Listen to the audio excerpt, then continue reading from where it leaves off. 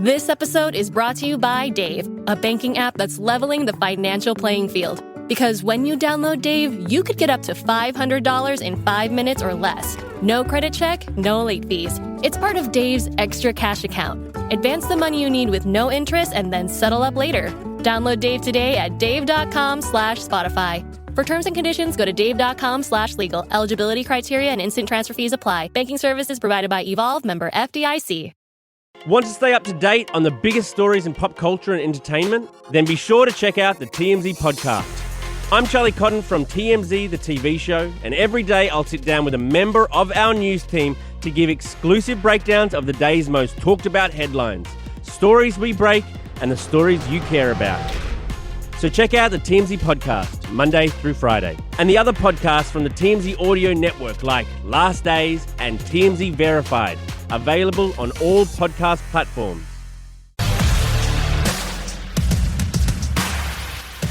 I've been in dogs since 1991. We breed dogs that we want to train. I was out here in western Nebraska riding Harleys and training dogs.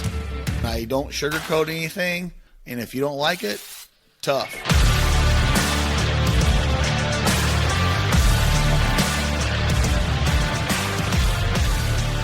Hello and welcome to another episode of the Flatlander Kennels podcast with Chris Jobman. I am Elliott, the co-host here, and I'm here with Chris. I want to apologize for us missing a week of podcast. You've been a little bit busy, haven't you, Chris? It's all your fault.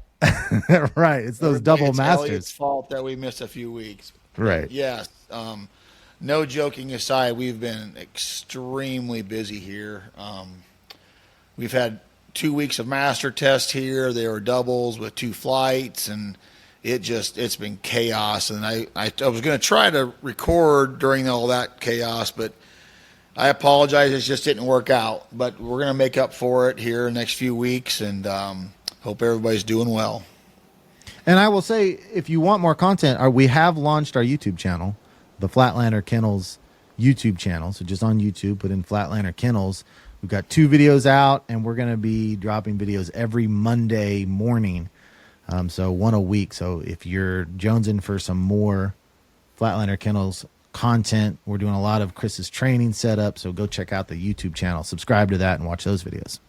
Yeah, I'm pretty excited about that deal. I'm not a tech person at all. That's your job, but I've been watching a few of those videos, and they actually turned out pretty dang nice with the drone footage and, the picture-in-picture deal. I kind of like that. It's a very unique look and perspective on how a dog is trained and what they're thinking and what I think they're thinking and what I think they'll do. It's pretty nice. I think it's pretty cool. Everybody says the camera adds 10 pounds, but man, I don't know how many cameras are on me, but I need to start working out again.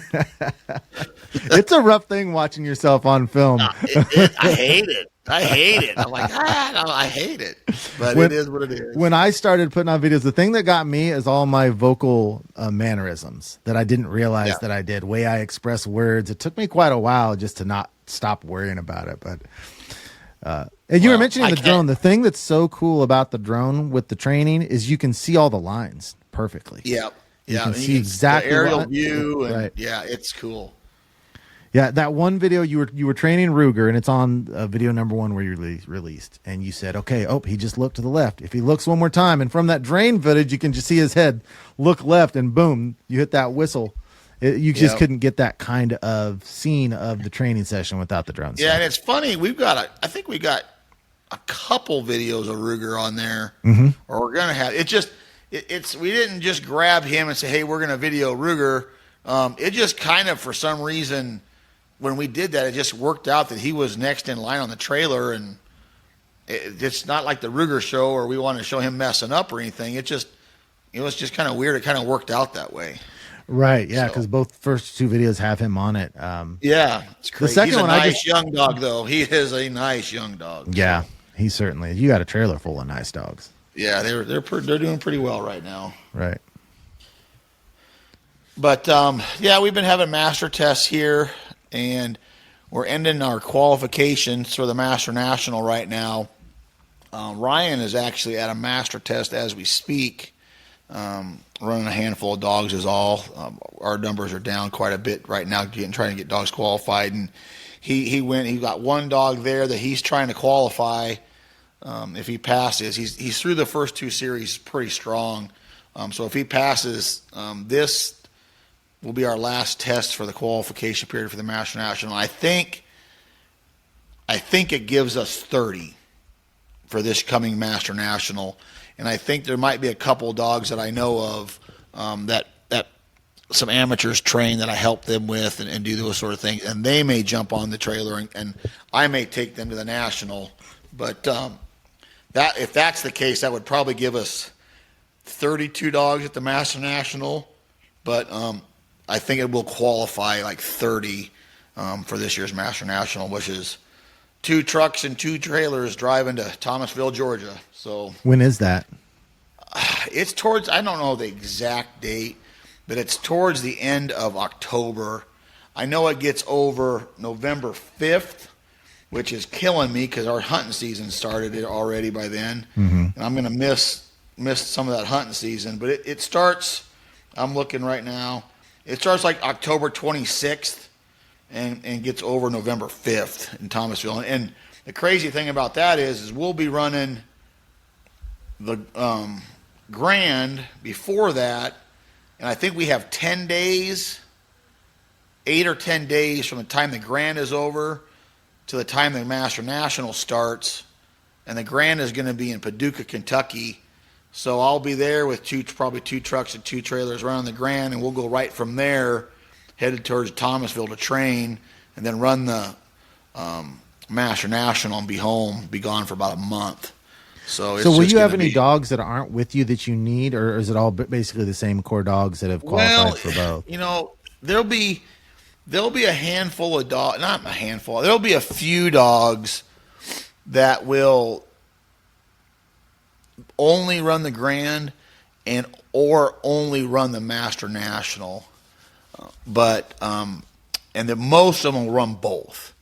But there will be a few that run only the Grand, only the Master National. And I don't know I haven't decided yet if I'm going to leave the dogs only running the Master National here and have somebody bring them when the Grand is over, or I haven't got the logistics of that figured out yet. I know it's going to be a cluster, but that's just the nature of the beast. 'Cause I'm not going to go from Paducah, Kentucky, all the way to western Nebraska, then western Nebraska back to Thomasville, Right. Georgia. That's just too much driving. Right. Yeah. It's just too many, and honestly, it's too many days of missed training between 2 national events because I'm driving around. That's just not going to work. But so if you have a dog that's in the Grand but not in the Master Nationals, and when it comes to the training before the Master Nationals, will you also work those Grand only dogs too, just to keep them tuned up? No, what I'm probably going to end up having to do is if they're only running the Grand and they're not running the Master National, I will probably have somebody come to me and bring those Grand only dogs home and keep training here at the kennel, because I don't want them sitting on the truck for 8 days as we run the Master National. Right. That's not fair to them. So I'll have somebody drive all the way down there with a truck and a trailer and grab those dogs and bring them back to the kennel. So, and vice versa for the Master National dogs. I probably, have them dogs here training, and then when the Grand gets over, have them delivered to me.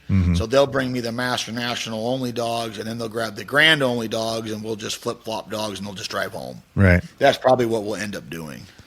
I'm just actually kind of thinking about that in my head as we speak right now and how that would work. But I think that's the most fair thing to do with those dogs, because, if we're running the Grand, they're just sitting, and then we're running the National, they're just sitting, and I don't want to do that. Yeah. Well, when you're done with all that, you're going to be ready to do some hunting, sitting in a blind for a while by yourself, probably. When I'm done with the National, my truck and trailer will park, and I go into hunt mode with my club, and then Ryan and Julie and everybody, they'll keep training all winter long, and I call it semi-retirement until end of February. But Dogs will still get trained at the kennel. It just won't be by me. Yeah. It won't be long. Hunting season is almost on us, really. I mean, it's right here.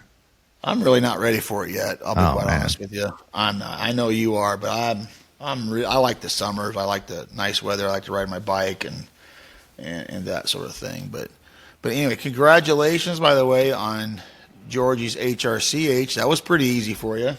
She really breezed right through it. I'm not sure that she would have done quite as well had I not spent all that time out there with you guys. I was telling you before we got on that your words kept ringing through my head as I was doing it.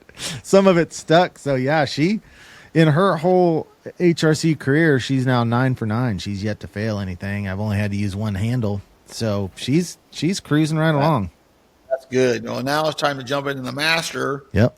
And then, heck, I know you're hunting season, but you need to run that dog in the Grand or Master National someday because she can do it. It's just you might actually have to take a week off of hunting to do it, but that's probably never going to happen. Well, you've talked about the dog's career, and she's 4 right now.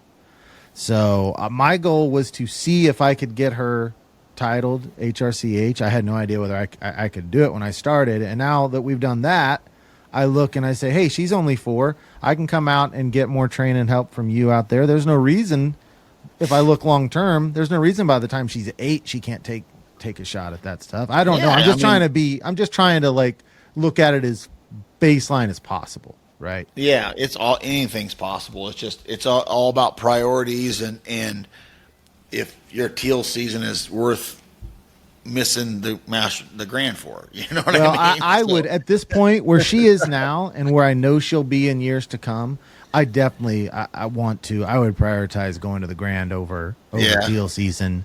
The 8 just because that season. Accomplishment would be just being there and doing it. Oh yeah, that would be fun. Right. So at this point, I'll be disappointed if we don't at least try it. You'll try. You'll end up trying it. Yeah, that's kind of how I'm feeling too. But right now my work doesn't allow me to do it either. Well, so that's about that. Hopefully that'll change here one of these days too. Hopefully so. If not, I might try to sneak her on your trailer at some point. So, well, there you go. She's got a spot. She's got a spot on one of them anyway.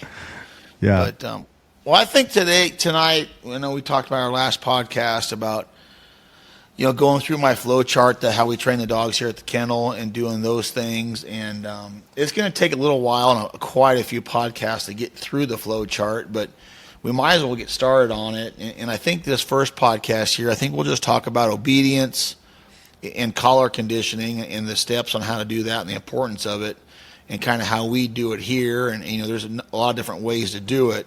But, kind of the way how we do it here, and you go ahead and ask questions as you see fit for the amateur listeners that, maybe will be confused with some of the terminology. But I think that's the route we need to go. We already talked about puppies and, that sort of thing. And I think we'll just go in to start, formal obedience and collar conditioning.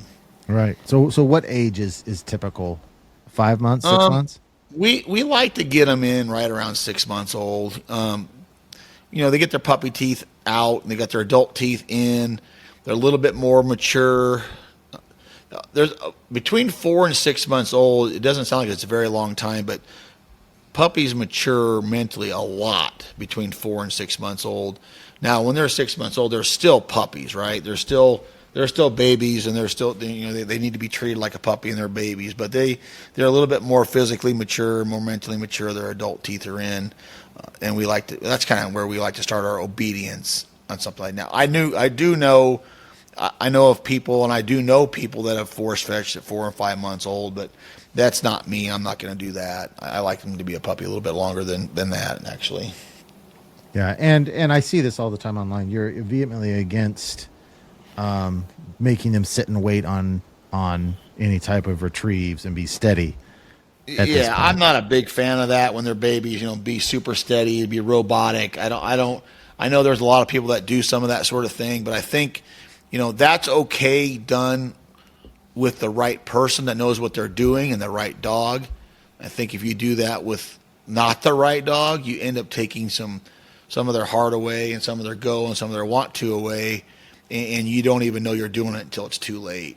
So I always just tell people, let them be retrieving wild maniacs, teach them a little bit of manners, and come into the kennel. When they come to the kennel, everybody, is either one of two ways. They're either make them way too robotic because they're going to be super trainer, or they have left them alone and they say, well, I don't want to screw them up, which both aren't great, but just leaving them alone because you don't want to screw them up, quote unquote, screw them up. That's not the way to do it, because they're not a socialized animal, and they're nervous. But we get them into the kennel and we let them decompress a little bit and throw them birds and that sort of thing. And then we just, once we feel that they've got a good retrieval desire and their prey driver's going and they like birds and they're not freaked out by coming into the kennel and they they're settled in a little bit, we just start with just basic obedience. And when I was doing it, I use the Wonder Lead all the time, and I really like that Wonder Lead. It's like if anybody knows what a pigging string is, something like this, like a hard lariat type rope, and I really, really liked it. And I know Julie does it now for us, and she likes a pinch collar.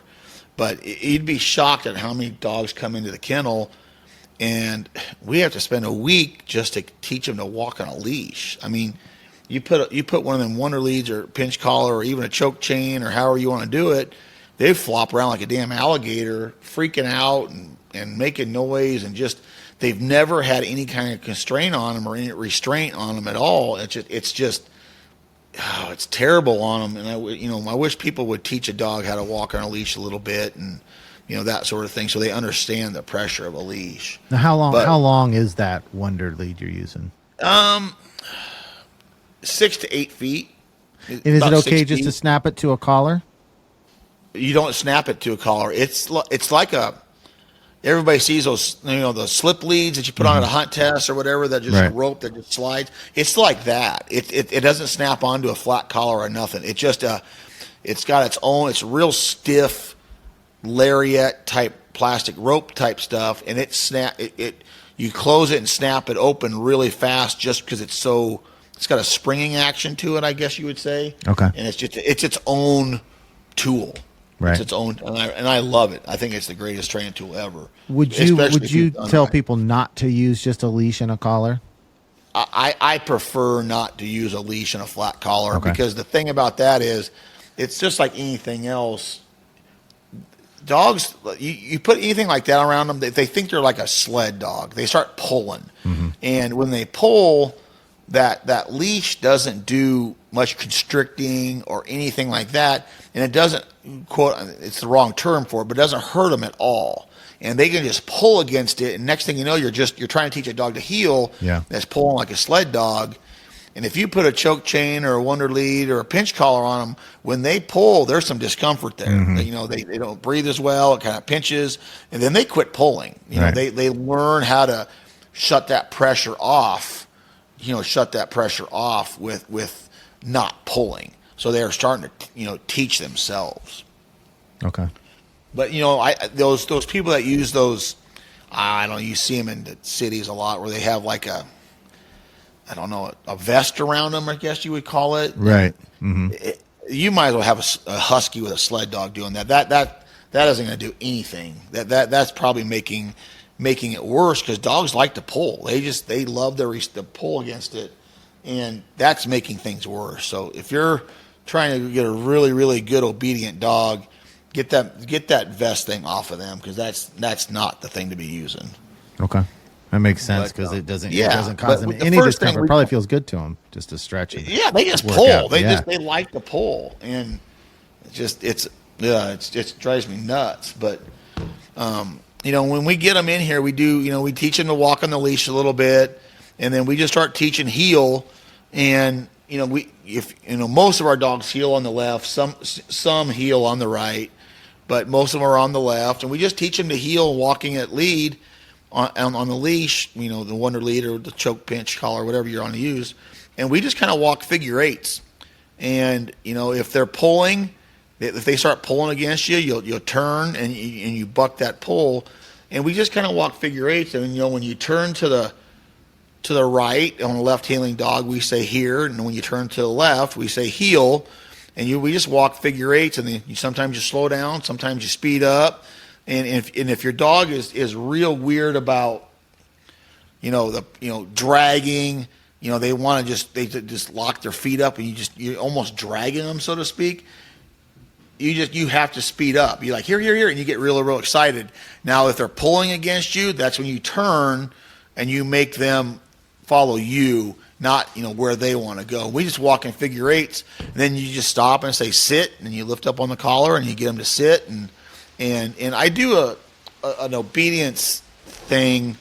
It comes from an obedience, people, where if you tell them to sit and you want them to heel with you, you leave with your left leg on a left heeling dog. And if you want them to sit and do a sit-stay, we leave with the right leg. And that's an obedience thing. Can you say that again? And I read that in a book say that one more years time. ago. What's that? Say that one more time. I think we're getting a storm coming. About when you lead with the left or right. Yeah, leg. so you're walking on a leash and you're doing the figure eight, and then you teach them to sit, right? You teach them to sit. Then when you say heel again, and you want them to heel with you, on a left heeling dog, you just leave with your left foot. You say heel, and you leave with your left foot. Okay. Now, if you want them to do a sit stay, and not leave with you, you leave with your right foot. Huh. And it's amazing how, if you do it consistently enough, dogs will key on that. And you say sit, and we don't use stay. The sit stay is completely redundant. We say sit until to do something different. So if I just say sit, and I want them to sit there and just stay there, then I will leave with my right foot. If I want them to heel with me, I leave with my left foot, right? So. And just walking, just walk in a figure eight. If you turn to the right, it's here. Turn to the left, it's heel. And you want those dogs, when you turn to the left, you want them almost backing up with you. And then when you turn to the right and you say heel, you speed up and you pop the lead a little bit, so they catch up to you. Because it's their job to keep that relationship with you, right? It's their job, not you to them, it's them to you. And then we get them and then once they're comfortable like that, we just say sit. We teach them to sit. And at this time, we haven't started using the heeling stick yet. We will incorporate that here a little bit, but we just do all that. And then we start, get them to sit, make them do a sit stay where you can walk away from them, hold on to the end of the lead, walk around in circles. And when we do that, I don't like the dogs. When I say a sit stay, I mean sit stay. I don't want them moving their front feet at all. So if you can walk around them, all the way behind them, a lot of those dogs will turn around, will turn and spin and try to look at you. I don't want that. I want their front feet to not move at all. And now they can turn their head, that's fine, but their whole body needs to be still. And do all that. And then you just teach them to heel, and you keep doing all that. Now, one thing that I learned through an absolute mistake was in our obedience part of this deal. I used to teach down, lay down, that sort of thing when they were babies. Well, I made a mistake years and years ago. We were teaching dogs to lay down, and it didn't happen with every dog. But once we got into sit to pile, and we taught them to sit, en route to a pile, and you'd blow the whistle and you'd pull on the cord and stop them, they'd lay down. Mm-hmm. And I didn't know. I'm like, what the hell's going on? But so that was their thing, is when you said sit, they would lay down. Well, that was actually transferring to some of those dogs in the field. You'd run a 100-yard blind, and you'd blow a sit whistle, and they'd lay down on you. So that was their out, so to speak, to get away from doing what they were doing. And so we've completely, unless somebody has a dog that wants to do obedience, just obedience, we've completely gotten away with teaching a dog to lay down during our obedience, especially if they're going to a dog that's going to be taught to handle. Mm-hmm. Now, if they're just going to be an obedience dog or just your simple gun dog that doesn't teach to handle and they want to teach to lay down, we'll do that. But we've gotten away from that. So when these healing sessions, are these 5 to 10 minutes a couple times a day? Depends on the dog, and I'm going to say that a lot, but it all depends on the dog. Yeah, a 5 to 15-minute session is plenty. And we like to start our sessions with throwing a bumper or a bird. And, we like to do all of our obedience inside the kennel building, away from distractions, especially at this stage in their life. Away from distractions, away from other dogs, away from kids, away from everything. And we do it inside the kennel building where it's pretty relatively quiet, not a lot of distraction at all. And it's a 5 to 15-minute deal. And if you can do that, if you had a dog that's really high energy and loves to train and loves to do it, if you could do 3 10-minute sessions a day, that's perfect. If you can just do 2, that's fine. Now, if you see your dog getting real sour on all the obedience, then back way off and just do 1 a day. Are you just looking for body language? Yes, you're looking for mopey body language. And just because maybe they're fighting with you a little bit when you pull them, they want to lag a little bit, that's different than not wanting to train at all. They're just trying to, they don't know if they want to heel and sit or sit and heel. That happens a lot. The dog doesn't know, should I sit and heel or should I heel and sit? I don't know what they want. And so that lagging stuff, that's just going to happen. But, and then we teach them, we walk around them, we get them real solid on all of that. And, and then what we do is we walk away from them, and you'll get to the end of the lead, and you'll pull them to you with the command here. And when you say here, you pull that lead, it kind of snaps their neck, and you say here, and you get them to come to you, and then that's when you want them to kind of J-hook into your side.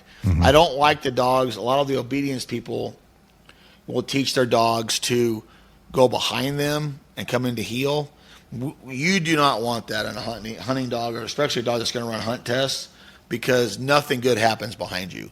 So we like them to come into us, spin their butt around, and come in and J-hook, we call it, into our side, real crisp, real quick, that sort of thing. Because that's turning what they're into you, or when they J, does it matter if when they come into you, their butt like pushes away from you, and they just spin around that way. Gotcha. Yeah, and that's that's their delivery. That's going to be their delivery for their entire life. So now is the time to work on it. And we do that, and we get them to spin in real nice. Now, one thing you don't want to do is every time you put them on a sit-stay, you don't want to, when you walk out there and you say here and you pull them to you, don't do that every time. Because what ends up happening is when you get to the end of that lead, they won't sit-stay anymore. They anticipate them coming to you, and then now you've deteriorated their sit-stay. So you just need to keep a balance. If you see them wanting to come to you quicker, then you make them do a sit-stay and you walk around them. If they're really solid, then make them come into you and J-hook in and sit down. But keep your balance really good there, or you're going to lose that steadiness on them, right? Mm-hmm. But and one thing I need to go back to is when we start our sessions on our obedience, we like to start it with some fun. So we get a bird out of the freezer, or we get a bumper, a tennis ball, whatever you got, and we'll throw that for them a few times in the building and keep their attitude up. Like just keep it up, keep them excited, get them excited, get them ready to learn, and then do an obedience session on them. And then at the end of the session, do the same thing. Throw that bumper, throw that bird, throw that ball, and keep them excited. And because some of these dogs, no matter what, they get kind of down when you start doing, real formal obedience and being real stern with them and putting a bunch of rules on them. So you want them to decompress them a little bit when you're done and let them know, hey, we're still buddies. This is still fun, that sort of thing. But and once we start all that, you're walking, you're figure eighting, you're sitting down, you're heel, all that stuff. Now what we want to incorporate now is the healing stick. So previously you've gone through and all you've done, you say sit, you pull up on the lead, and hopefully their butt sits on the ground. And it's probably a slow process typically. Maybe it's a little lackadaisical, sitting slow, kind of when they feel like it. So now what we're going to do is we're going to introduce the healing stick. And the reason why we do this isn't to smack them around or do anything like that. What we're doing is to teach them to try to beat the pressure of the healing stick. And when you're walking them around and you say sit, your healing stick, if they're left, now everybody, when I talk like this, we're gonna just figure that everybody's got a left healing dog. And I know there's some that are right, so you just have to flip-flop how I say it. But now they're healing with you a little bit, and you're going to have the leash in your right hand, and you're going to have the healing stick in your left. And when you're walking them, you're just going to go sit, and you're going to pull up on the lead, and you're going to smack them in the butt, not real hard. Just smack them in the butt with a heeling stick. As you say, sit. When you pull up, smack them, and then you're hopefully you very, very consistent on all that. And then when you do that, you're trying to teach the dog to beat the heeling stick. Mm-hmm. So you'll go sit, pull up, smack with a heeling stick. So you're trying to get a really crisp response. And what you're doing with that is you are leading into collar conditioning and you don't even know it yet. So now that we're walking around, they know it. They come in, they J-hook real nice, sit, smack with a heeling stick. They sit down real crisp, real clean. They heel really nice. They turn with you really nice both ways. They do all these things. Once they're really good at that, and they're really solid, you got good, fast, crisp, clean responses, and they're stable. They're not trying to bolt out of the door on the leash, or they're trying to go under the desk or run into a dog crate. They're not trying to get away from anything you're doing. There's no avoidance issues you got going on. Once that's all really good, then we want to introduce collar conditioning, right? And you can do a couple different things. You can, if you wanted to, you can put an e-collar, not even turn it on, and you can have it on them along with your pinch collar or wonder lead or choke chain if you want them to like wear the weight of the collar. And we don't do that a lot. I know I did it years ago, like, hey, it needs to feel the weight of the collar, and we need to do all and I don't know, Elliot. I think that's kind of one of them things where people have read it and they believe that sort of deal, and I don't think it really matters, I'll be honest with you, whether they wear it around for months on end before you actually use it. I think if you want to put it on them for a couple of weeks while you do obedience, I think that's totally fine. But and typically, obedience, a good obedience is I hate to put time frames on anything, but 2 to 3 weeks. Mm-hmm. I think you can get a pretty obedient dog in 2 or 3 weeks. And then, so once we've got the obedience really, really good, the first thing that I teach when we collar condition is the command here. And to me, that is probably the most important command a dog will ever know. And the reason for that is if you have a dog chasing a deer, chasing a rabbit, or want to run across the street, or anything like that, that command here is vital. They have to obey that. They've got to come in. So that's the first thing that we teach. And so what we'll do is once the obedience is real solid, we'll put them on a sit-stay, like in the middle of the floor on the kennel, and we'll walk away from them, right? Still with the lead. And this is, what's that? Lead is still on at this point? Yes. Okay. You have only thing that's different is they have an e-collar on and you have a transmitter. They have the same tools on. They have a wonder lead, they have a choke chain, they have a pinch collar. Everything's the same. The only thing that's different is they have an e-collar on, right? So and the reason for that is when we're going to do a sit-stay, the first command is going to be heel. So what we're going to do now, this is where timing, you've got to have really good timing that comes into play. Now, I will tell you, there's a lot of different philosophies out there when it comes to e-collar training and collar conditioning. There's a couple different rules of thought out there, a couple different philosophies. There is the continuous pressure philosophy, where you say here and you hold the button down until the dog comes all the way into you the entire way. There is the Rex Carr type method where you'd use a lot of nicks and not a lot of continuous pressure. And how it works is if you're a continuous pressure guy, you say here, you hold the button down, you pull them in, and you're just trying to get that dog to speed up coming into you. And then when it gets into you, you let off on the pressure. So you're teaching it to fight through the pressure to get to you as fast as possible. I do a little bit of that in some of the obedience, but I like the method where you use, I call them continuous nicks. And to me, I don't ever run my collar on momentary. I don't trust it. I don't think it, I don't know if you got great contact or not. It's a very, very light, quick impulse. I like to use continuous nicks, and what I mean by that is it's on the continuous mode on your e-collar, and I push the button and let off the button as a nick. It's not a computer program nick. It's me doing it, and I think that way I can control whether the nick is 1 second, maybe it's 2 seconds, maybe it's as quick as possible. I can control that with what the dog does. So everything I do is on continuous. I can't even tell you, Elliot, the last time I had my collar on momentary was in 15 years. I mean, I don't even know how long it's been. But so now we've got them out, and they're sitting away from you, and you say here, and as you say here, and when you pull that collar, that wonder lead or whatever you're using, lead, when that thing hits, you use the e-collar. Here, pull, nick, here, pull, nick, here, and you're trying to time that, right?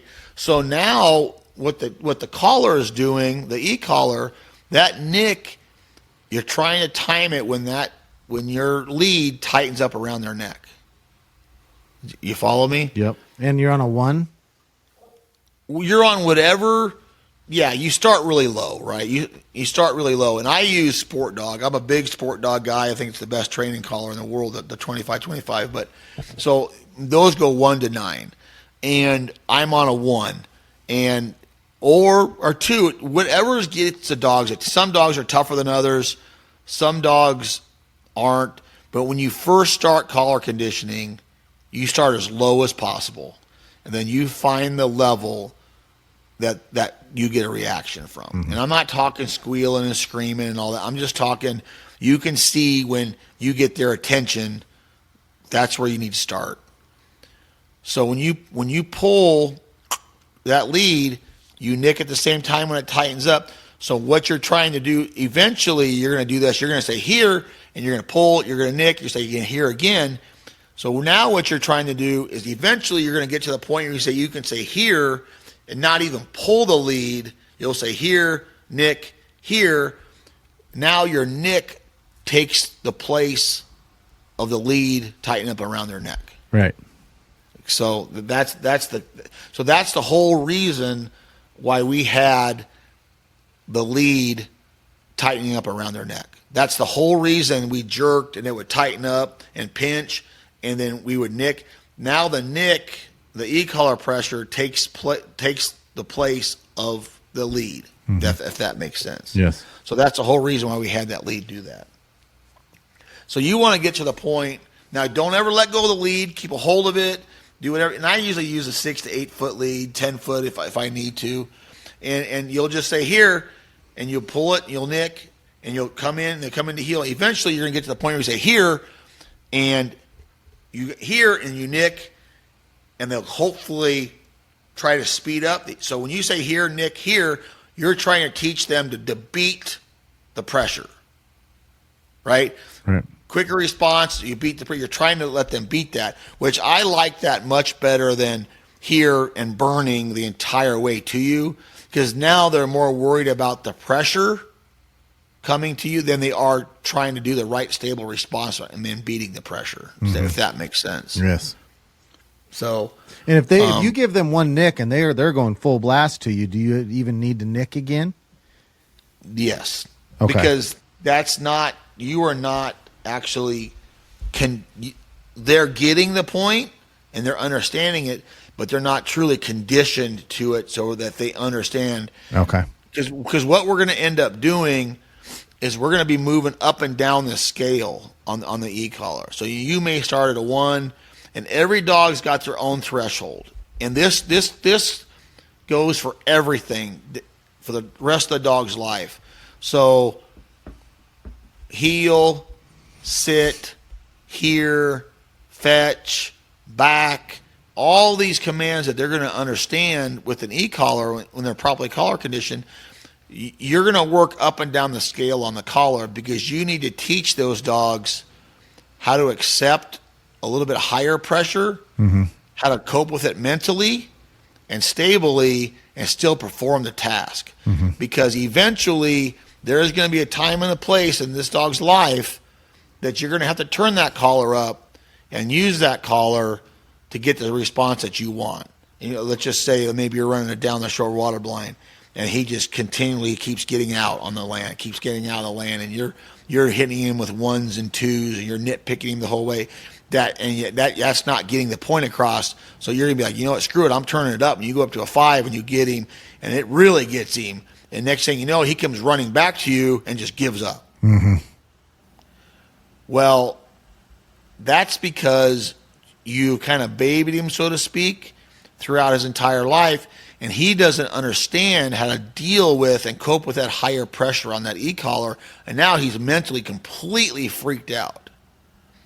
And I'm sure you've seen that before and or maybe have dealt with it. But so when you're doing this collar conditioning, you really want to move up the scale and down the scale, move up the scale and down the scale. Now, I'm not telling you guys and ladies go out there and turn that thing to 9 and roast them and off we go. I'm talking to teach them how to use it, how to shut the pressure off, how to cope with it mentally and stably. So maybe you start on a 1 with your here command, and then you moved up to a 3, and maybe you get a yip, and then he comes into you, not a big deal. Okay, he handled that pretty good. He did the task just right. He didn't freak out, that sort of thing. Maybe you hit him on a 3 low, and he went, yip. Okay, let's try the next one. You're going to do a 3 high, and you do maybe you don't continuous nick for 1 second. Maybe you do it for 2 seconds on a 3 high, and see what his stable response is. Now, if you see him really freak out and scream and get a little bit unstable,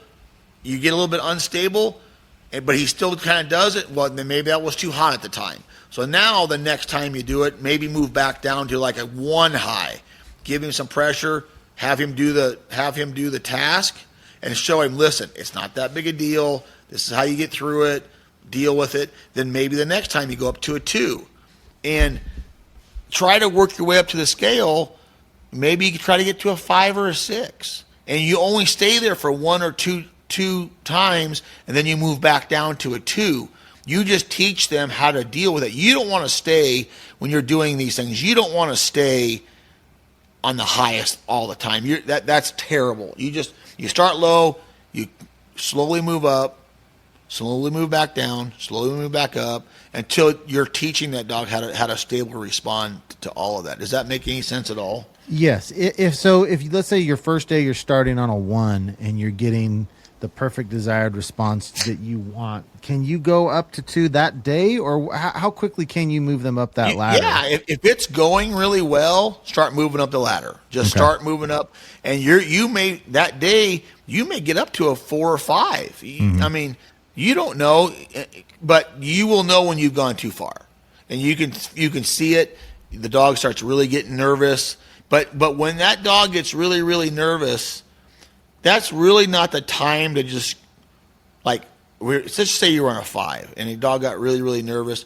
That's maybe not the time to go all the way down to a 1. Maybe back down to like a 3 and work with the dog so it mentally gets through a little bit higher pressure than a 1, and let him know that, hey, this is okay. Everything is working out. You're going to be fine. Because what ends up happening is if the second he starts freaking out, and you instantly go back down to a 1, or you quit for the day, well, you're not really teaching the dog anything except for freak out on the pressure, and then you quit. Right. So maybe he's teaching you a way to avoid it. Yes, correct, 100%. And you're going to do this, and I need to say something, I guess. The e-collar has never taught a dog to do anything. Ever. What the e-collar is for, it is for teaching, it's for reinforcing already known commands. Okay, an e-collar has never taught a dog to do anything, and you can make a dog really, really collar wise as well. And what I mean by that is and everybody knows that guy that has a pheasant hunting dog, right? This is the easy example for me to say it.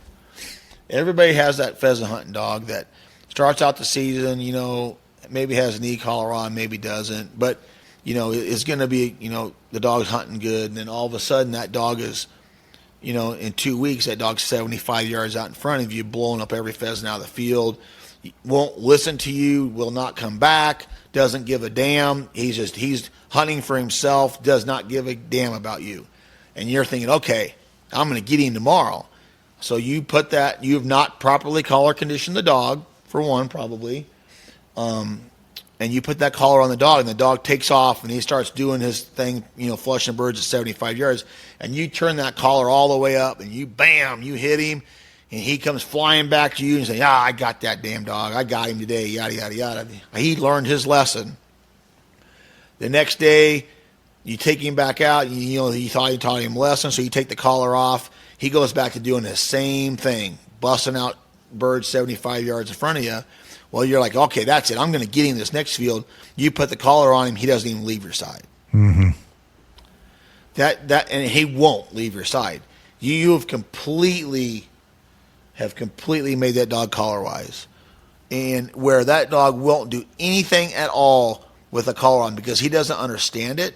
You never taught him how to deal with the pressure. He has no clue what you want. The only thing that he thinks that collar for is he's going to get lit up. Right. And it's he's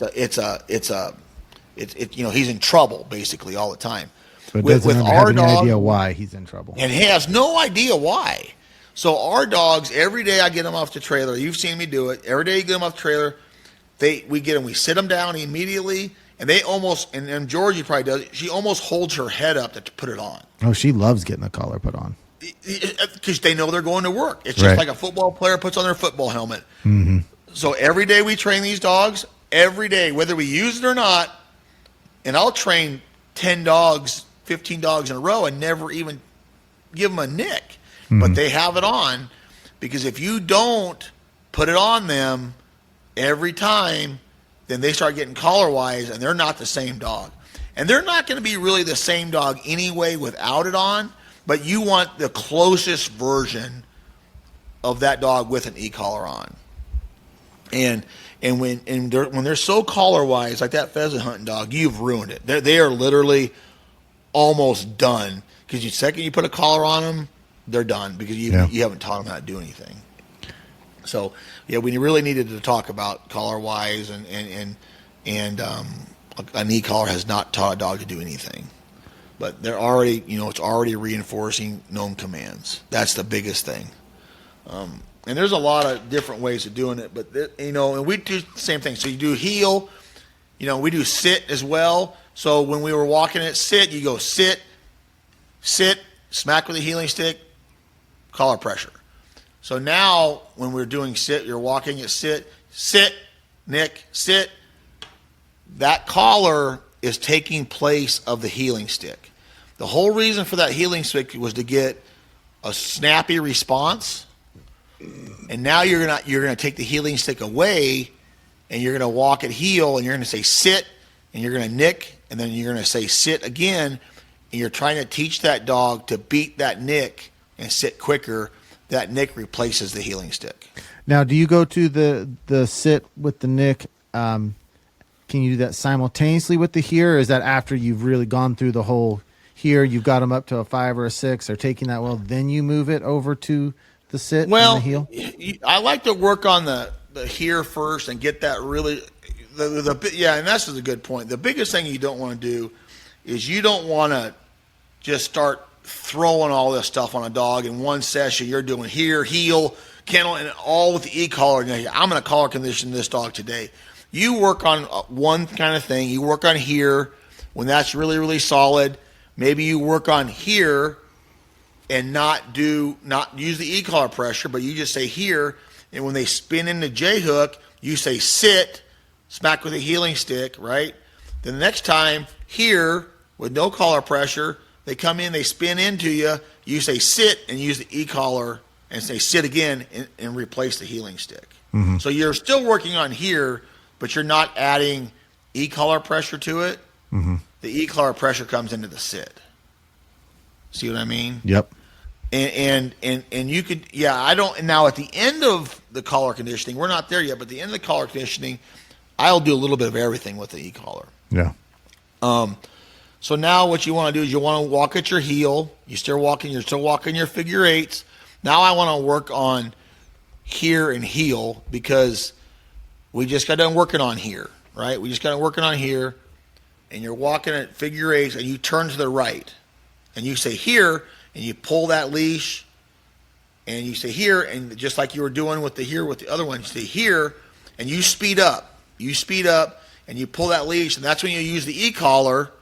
Here, snap your leash. When that tightens up, Nick, here again, and you speed up. So you're trying to get that dog to speed up with you. Are you starting back on a 1, or are you starting kind of where you left off? Yeah, you're going back down again. You're progressing. You're going still. back down again. Yeah, you're going back, and then just like previous stuff, you're gonna start low and you're gonna work up. Okay. You're gonna go back down. You're gonna work back up and see where you can kind of where the threshold is, so to speak. And so what you'll do, like you walk at heel, here, snap the lead, Nick, here, and speed up, and you want that dog to try to catch up to you. When you turn, you want him to speed up to keep his relationship to you. Same way with heel, you're going to turn, and when you turn to the left, you're going to say heel, and if the dog tries to go in front of you, you can say heel, Nick, heel, and make that dog come back to you. You pull the lead back, and when that thing snaps to pull him back to you, Nick, here, which means come back to you. So you're trying to teach that dog the relationship between you and him. Is that making sense at all? Yep. Total. Yeah. And this doesn't happen overnight, fellas and ladies, but you just got to keep doing it. And now another thing that you might start seeing. So we're doing, and you'll see this a lot when you start working on your healing stuff and your here stuff and that sort of thing, is you might get some of these dogs that bolt. And what I mean by that is when you say here and you nick, they may try to bolt instead of coming straight to you. They may try to go under the desk to the right. They may see an open kennel somewhere and try to run into there. They may try to run to the door. They may try to run to all these things instead of you having a stable response with the collar. In their mind, they're trying to get away from you to get away from that pressure. Mm-hmm. Have you ever seen that, Elliott? No. Did Georgie do any of that at all? She's always. And it's a lot of times you can almost tell when you're training this dog on obedience. You almost can kind of tell that dog that is going to be a little bit of a bolter. It's a dog that already has some avoidance issues that are just naturally in their head. Mm-hmm. They just kind of had avoidance issues. And what you have to do, you have to debolt them is what they call it. And you almost have to set them up to bolt. And what I mean by that is, let's just say you're walking at heel. And this can be hard to explain. So you're walking a heel, and you turn to the right. And you say here, but when you turn, there's an open dog crate relatively close to you. It's you, the dog, and open crate. And when they turn, they see that open crate. And you say here, and you nick them and say here, and they almost bolt to the open crate. You're setting them up to bolt to the safe place, the quote unquote safe space. Mm-hmm.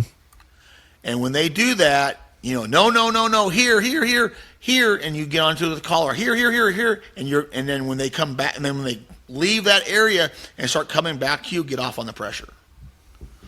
Turn them back around. Here, do the same thing, and wherever they try to bolt to. So if you're walking and you're walking to 12 o'clock you're walking to 12 o'clock, and you say here, they try to bolt to 10 o'clock. You turn away from them, you go here, and with a collar, you get onto them and you make them come back to you. And if they try to bolt someplace else, no, here, with the collar, get back to you. And you keep doing that until they realize there is no other, the only safe place is by your side. Now, do you do that with only dogs that show tendencies to bolt? Like, do you see something in their personality?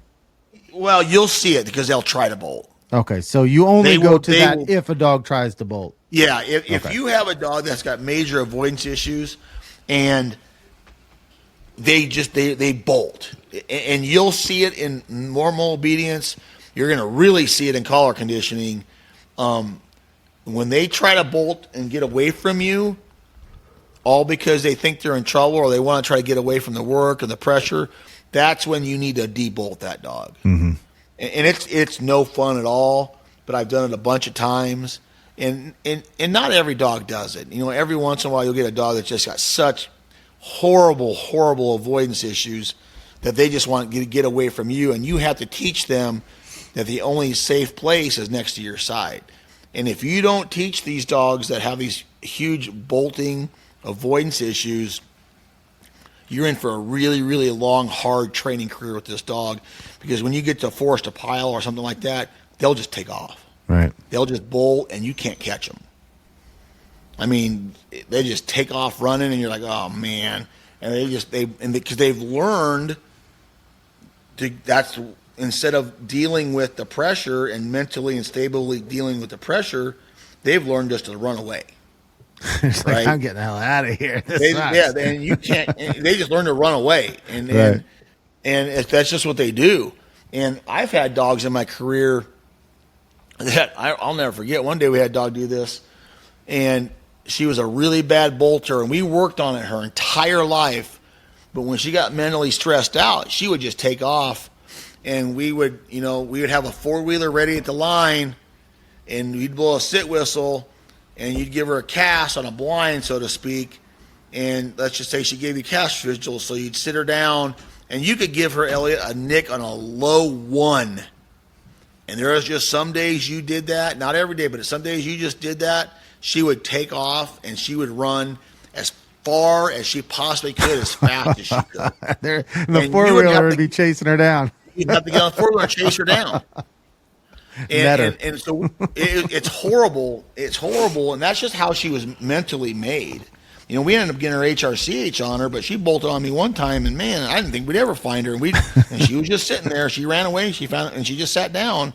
But those dogs like that are really, really scary and really dangerous around really wooded areas because you'll never see them again. Yeah. Are those softer dogs typically, or is it? Yeah, usually they're mentally really, really soft. They're just kind of mentally weak. Mentally weak dogs. And and I've had people say, "Oh, you can't collar condition my dog; she's too soft." That's all BS. You can collar condition any dog in the world. It's just how good are you with it? How fair are you with it? How well you read the dog? Because I'm going to tell you, there is an art. There is an absolute art to collar conditioning a dog properly and correctly, and getting the right stable response. It's knowing when to turn up the pressure to get a great response. It's knowing when to turn down the pressure to get your great response. It's all about reading the dog. And people really, really struggle with this because, one, they don't want to be quote-unquote mean to their dog because they're buddies.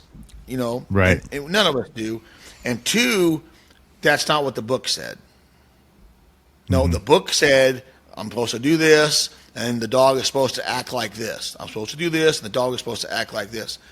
When it comes to collar conditioning, it is a touchy-feely. You have to feel it. You have to read the dog's body language and reactions, and you have to, be able to decipher all that information the dog is giving to you in your head on a split-second notice. And it's really hard to do if you haven't done it a lot, and I've collar conditioned hundreds and hundreds of them. But and that's something I really take pride in is being able to read a dog physically and mentally with an e-collar and getting them to understand the pressure and push through the pressure, no matter how tough they are or no matter how soft they are. It's the same sort of program, but the approach is a little bit different. And you've got to be able to, in all this collar conditioning stuff, timing and reading your dog is of the utmost importance. I can't stress that enough. Yeah, If your let timing me isn't add good, one thing to that. it's terrible. Because Georgie's the first dog that I've really taken through this whole process, and I'm a black and white guy. I think if, just like you said, I read it in a book, and I'm doing the action and I'm expecting the outcome, but during that process, I was never doing what you said, like really watching intently to the body language of the dog, trying to read the dog, because I thought, oh, I do this, my outcome is that. And I've learned a great deal this summer just being out there, is every dog is so different and nuanced. And it's watching that dog through the whole process. And it's really, it's very hard to do, because I get emails and hey, I'm collar conditioning my dog, and it's doing this. I mean, these random emails or texts or whatever, and my dog is doing this. What do I do? I'm like, I have no idea. I can't tell you that. I can't. They're so difficult to read, and the nuances are so little and minute sometimes that if you're not paying attention, you're going to miss it, and you've missed that great timing or that great teaching spot or that great moment where you could have given pressure or not given pressure, and you've missed the spot. And so to read these animals is sometimes, a dog isn't giving you effort, you add the pressure. If a dog is confused, you back it off, and sometimes the dog's training the trainer. So if a dog's getting kind of mopey and that sort of thing, you think, oh, I'm being really mean to him, I'm being too hard on him, I'm going to back off. Well, that was probably the time to add pressure, because he was testing you, they were testing you, and now they're training you. So it's a hard thing to do. I would suggest, if you're going to, if you're around a really good pro, talk to them about it, and they can really help you with that, especially if you're struggling with the e-collar. Because for years and years and years, when I was in the 90s, and I trained all my Springer Spaniels, and I did all that stuff, I didn't use an e-collar for years because I was scared to death of it, and I didn't understand it. I didn't know how to do it. I didn't know anything about it, and I eventually say, I need to do this to get my dog to the next level, and I've trained it for so long now that I'm pretty good at it. But it's a great tool. It's a great training tool. But I've also seen dogs absolutely destroyed and ruined because the person holding the transmitter's timing was off, and they let the frustrations get the best of them. And it has. I can't tell you the times I've seen it. Like they're just, the timing is terrible. And then now you're trying to communicate to the dog what you want through pressure and body language, that sort of thing, and you've missed that perfect time, and the timing's terrible, and that dog is so confused, doesn't know what to do.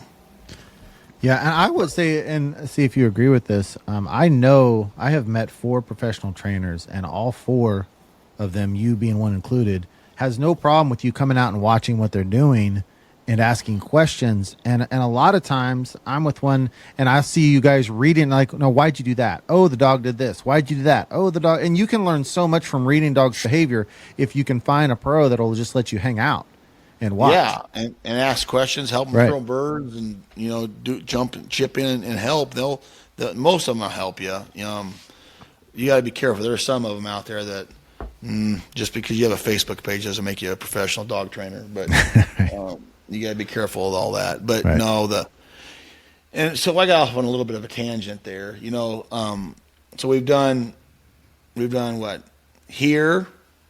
We've done heel when you're doing the figure 8. We've talked about sit. Sit. You smack them with a healing stick. Say sit again. And then you say sit with the e-collar. Sit. Get a stable response. Now I'm using all continuous nicks, people. I'm not using any continuous pressure, continuous nicks. I've used a tiny bit of continuous pressure on teaching the here command to get to me. Maybe 1 or 2 seconds is it, but most of it's all continuous nicks. Okay, we've talked about debolting on a dog that's got that avoidance issues that are hard to deal with. And you've got to be careful on the collar conditioning. Is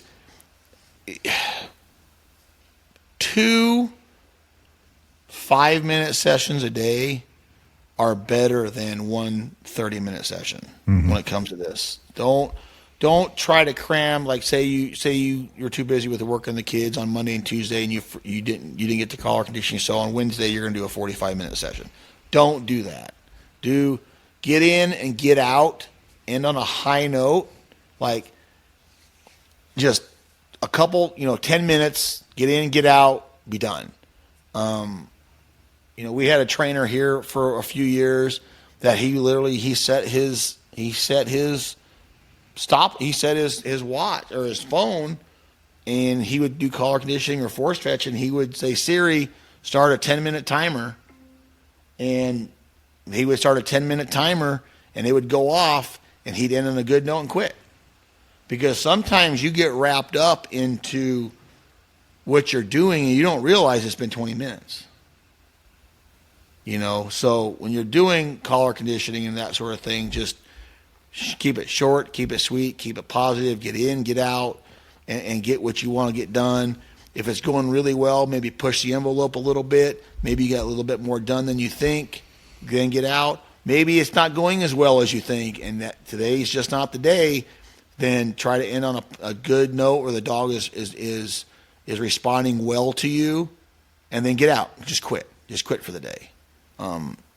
And during this whole time, through obedience and collar conditioning, we're still throwing birds, we're still throwing bumpers, we're still throwing tennis balls, we're still trying to have fun.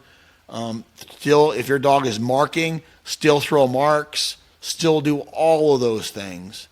And once you kind of start your collar conditioning, if you are throwing marks, that dog from here on out wears that e-collar every single time he goes to work.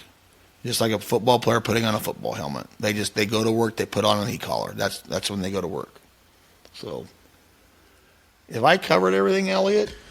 Do you do with e-collar training like force to place? You can, and I know people have done it, and that works really well if you're using like a dog blind or something like that when you're field hunting. And I have done it. You're 100%. You can almost, guys, you can e-collar condition on almost anything once you've taught the command. So if you've got, you're in a ground force dog blind, and let's just say your blind's 10 yards away from you in the cornfield, teach the dog how to remotely send that dog to it so it understands it. And then you can e-collar condition to that. You can say whatever you want, kennel, and run him. You can do anything. You can e-collar to anything. Anything. And I've actually done that, and it works really, really good.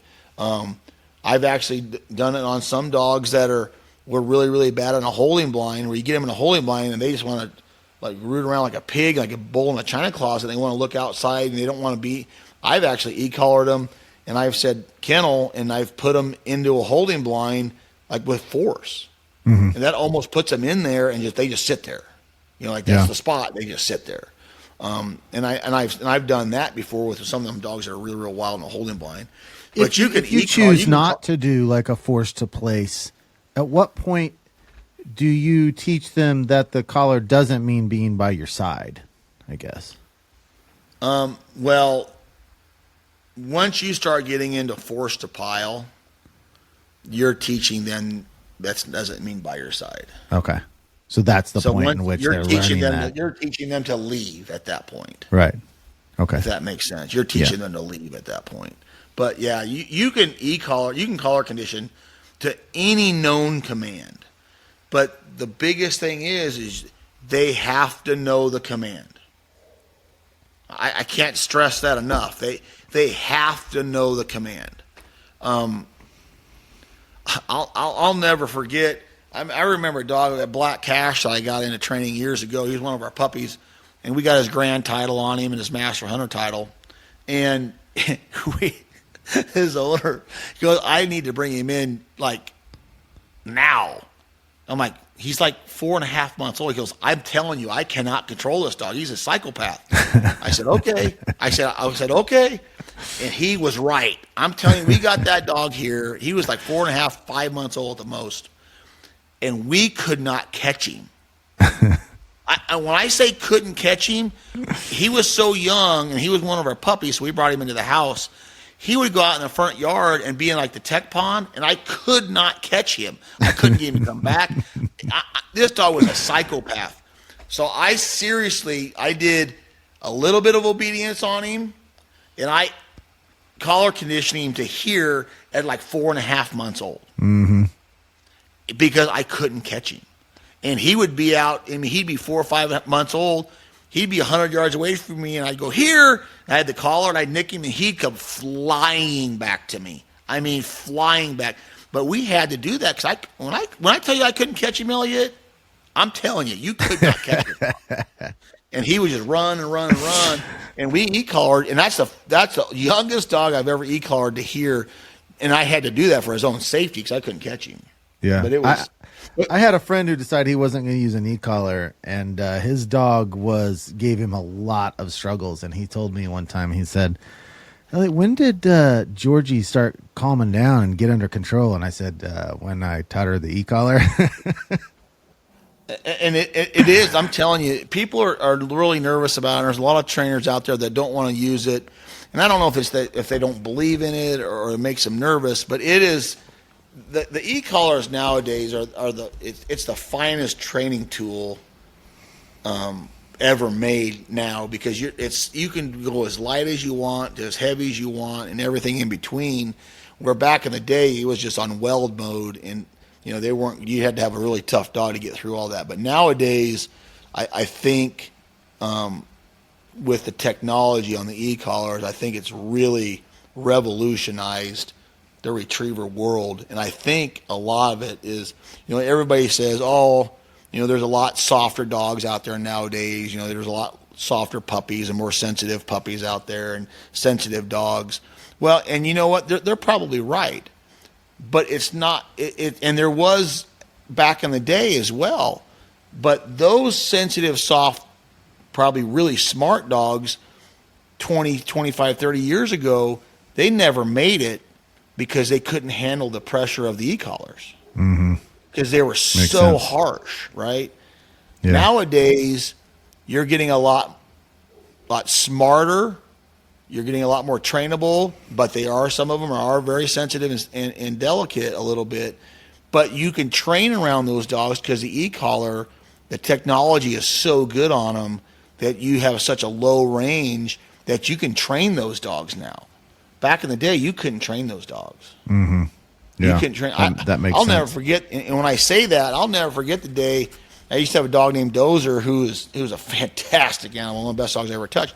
And if anybody has seen my logo on the back of my shirts and hoodies, he's the dog on the right. He's the yellow dog, and Breaker is the left one, and Dozer is the right one, owned by Tom Phillips, a great friend of mine and a great dog.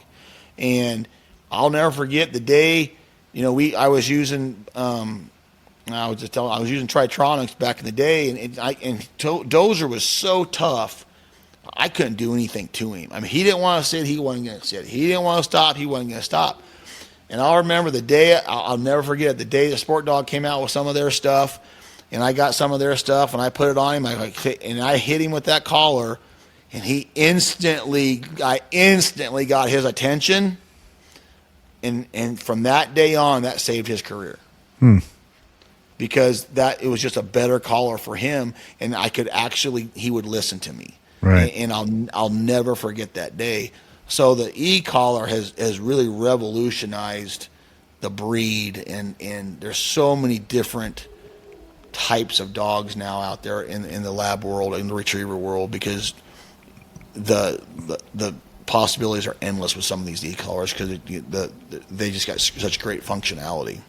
Well, I think a misconception about e-collars on the hunting side of things is once you condition them to them and take them through training, I'll go hunts and never even use it during a hunt. I mean, you don't use it that often. Exactly, but a lot of those dogs, they have it on them. They know, okay, Dad can still get me. Oh, absolutely. She wears he can it still every get hunt. Me, right? For sure. And And I think if you're a person, male, female, it don't really matter, and you have troubles with tempers, and you have a really, really bad temper, and your frustration level gets to you a lot, maybe you're a person that doesn't need to have an e-collar, or keep it real low, because I've seen some people lose their tempers on them, and it ain't cool. But yeah, we all get frustrated. But it's a great tool in somebody's hands that really knows what they're doing, and it's a terrible tool in somebody's hands that doesn't know what they're doing. Right. Makes sense. But you got anything else you need to talk about on collar conditioning, you think? I mean, as far as more than I do, but as far as I know, I think you hit it all. This subject could go on you could talk about collar conditioning and e-collars for hours and the uses for them. But the biggest thing, you can e-collar and you can collar condition to any known command. The key there is known command. If you listen to this podcast and the only thing you took out of this was known command, that's what I want you to know. You've got to teach the command first. You reinforce with the e-collar. Yeah, I get people messaging me on Instagram and stuff about dogs, and I'm certainly no expert, but I've had many people talk about the e-collar, and I can tell from what they're saying they're just slapping that sucker on and not doing any kind of conditioning. Yeah, it just doesn't work. Yeah, you have to follow a program. There is a way to collar condition a dog. It's just not putting on them, pushing buttons, and see if they live. Right. That's just not how it works. Right. That's not the way to do it.